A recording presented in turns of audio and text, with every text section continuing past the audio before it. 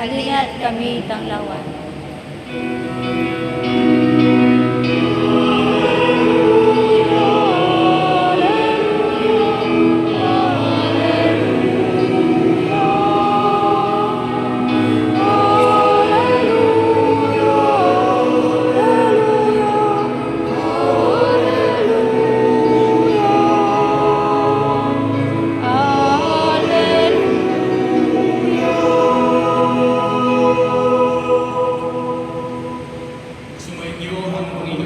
At sumaiyo rin.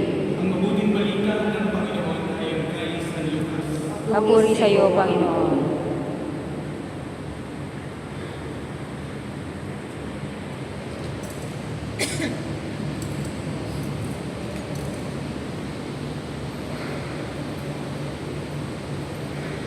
Noong panahong iyon, napuspos ng Espiritu Santo si Zacarias na maniwang at nagpahayag ng ganito. Purihin ang Panginoong Diyos ng Israel, sapagkat nilinang niya at pinalaya ang kanyang bayan, at nagpadala siya sa atin ng isang makapangyarihang tagapagligtas mula sa libing ni David na kanyang lingkod. Ipinangako niya sa pamamagitan ng kanyang mga banal na propeta noong una na ililigtas niya tayo sa ating mga kaaway at sa kamay ng lahat na napupot sa atin. Ipinangako niya na kahabagan ng ating mga magulang at aalalahanin ang kanyang banal na tipan. Iyan ang sumpang binitawan niya sa ating amang si Abraham na ililigtas tayo sa ating mga kaaway upang walang takot na makasamba sa kanya at maging banal at matuwid sa kanyang paningin habang tayo'y bubuhay. Ikaw naman, anak, ay tatawaging propeta ng kataas-taasan, sapagkat bago na sa Panginoon upang ihanda ang kanyang mga daraanan at ituro sa kanyang bayan ang landas ng kaligtasan, ang kapatawaran ng kanilang mga kasalanan. Sapagkat lubhang mahabagin ang ating Diyos, magbubukhang liwayway sa atin ang araw ng kaligtasan upang magbigay liwanag sa mga nasa kagiliman at nasa lilim ng kamatayan at pagbabayan tayo tungo sa daan ng kapayapaan. Mga kapatid, ang mabuting balita ng Panginoon. Pinupuri ka namin, Panginoong Heso Kristo.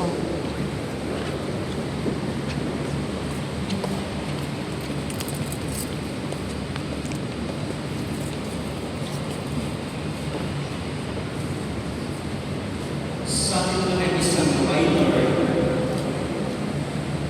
the greatest failure in life is not death, but a life without purpose. Ang pinakamalaking trahedya sa buhay ay hindi kamatayan, pagkos ang buhay na walang katuluhan. Ano pong koneksyon sa Ebanghelyo natin ngayon? Kung napakinggan po natin ang maigi, si Zacarias po ay nasa atin. Siya po ay nagpuri sa Diyos at pasalamat. Siya ay kumantakati ka ng Zacarias dahil ang Diyos ay naman sa kanya.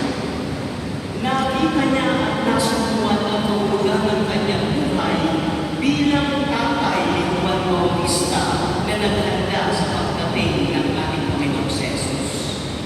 Yun po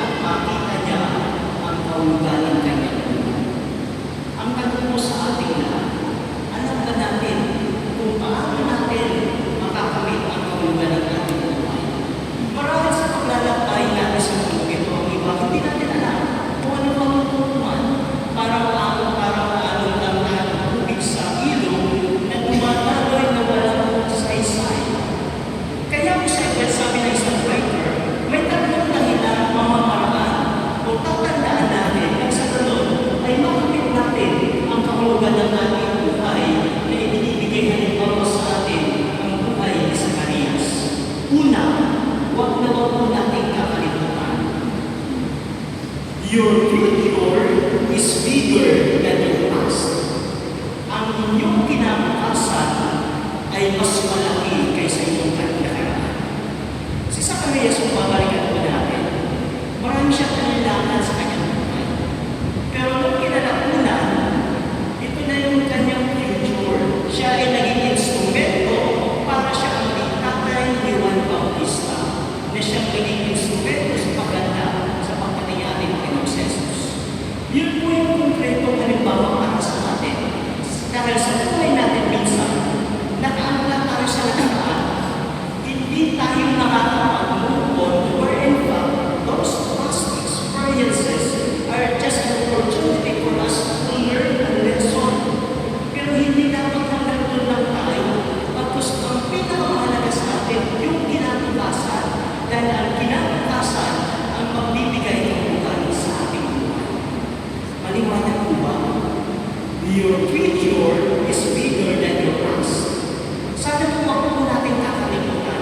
Meron po tayong isipan, meron po tayong matalimuhan na ang lahat ng karanasan, sana po pag nilay-nilaya natin, dahil po magbibigay kahulugan, magbibigay aral, nang sa naging hindi pa ulit-ulit tayo nagkakamali. At gusto tayo lumalago sa ating buhay. Yun po ang unang aral. The second lesson we will learn from our gospel and word attain the meaning of your life. Ito po yung sinasabi. Your gratitude is bigger than your success. Ano ibig sabihin? Ang pagpapasalamat ay dapat mas malaki sa iyong tagumpay. Si Zacarias, sa kanyang kanta, nagpasalamat siya ng buo sa Diyos.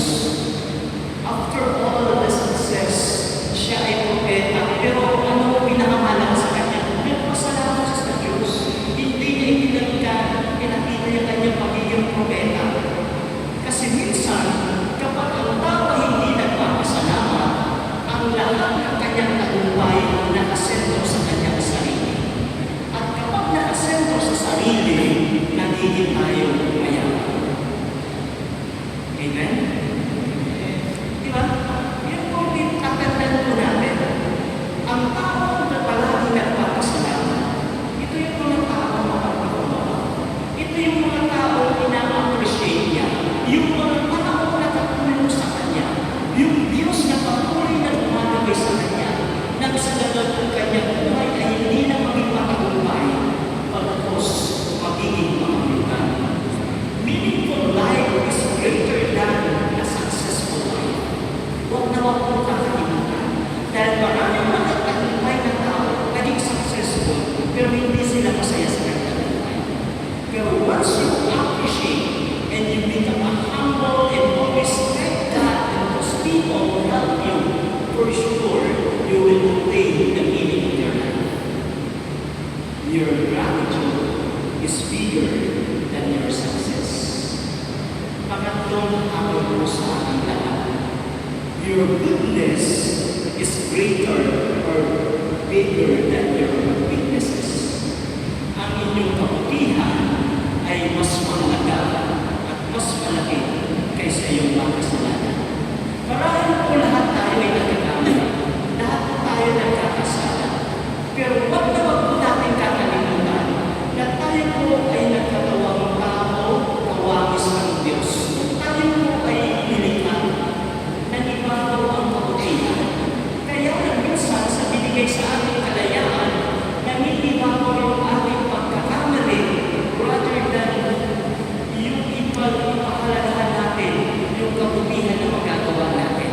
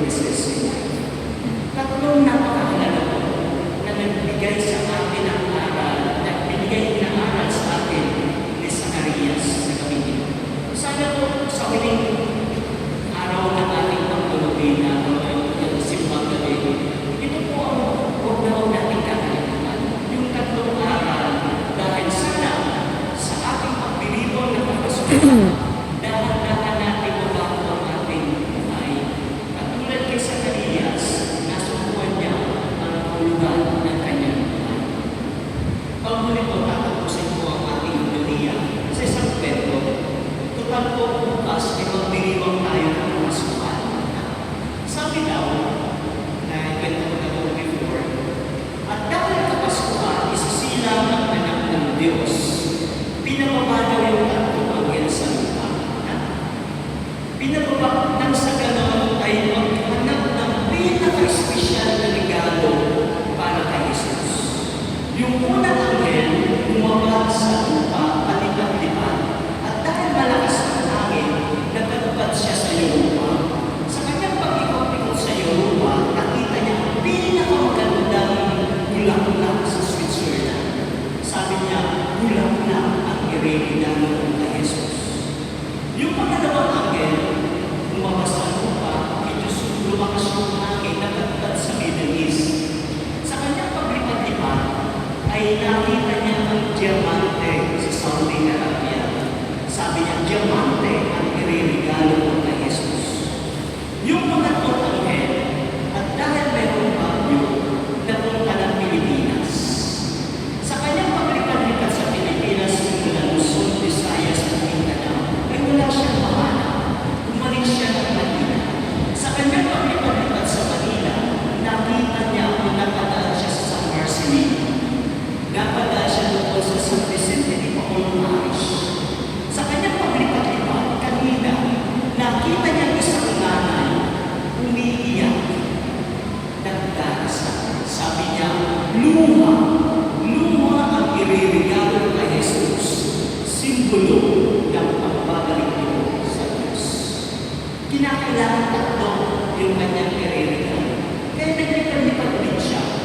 Nakita niya yung isang mother butler, pawis na pawis siya, nagwawalis, nagbe-prepare para sa misa.